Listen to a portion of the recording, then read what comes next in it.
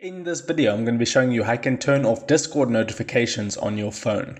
Okay, first I'll show you how to turn off notifications for a specific server. So once you're in your server, you can see at the top right there is a icon with two people. Tap on that and then you can see a notifications option. Tap on that and you can set your notification settings. So I will switch them off until I turn them back on. So that has now been changed. Now to turn off notifications for your whole Discord, tap on your profile icon at the bottom right. Then you want to scroll down until you find notifications. Tap on that and then you want to just toggle down all of these options and then you won't get any notifications on Discord. So that is how you turn off notifications on Discord for both your server and your Discord itself. If this video helped you out, make sure to hit the like button and subscribe for more. Take care.